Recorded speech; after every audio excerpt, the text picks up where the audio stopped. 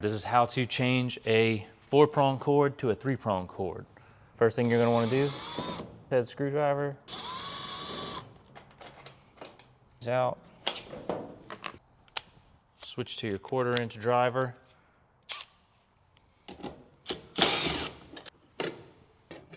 This is not how you're supposed to do this. Put your hand here. Don't drop these. These are very important screws. I recommend a magnetic bit. We're gonna get our 3-prong cord.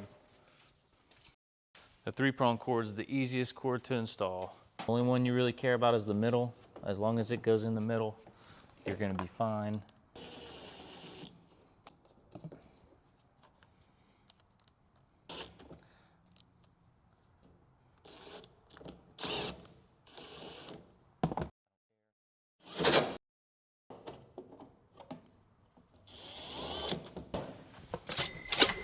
Shoot me a like and follow for more.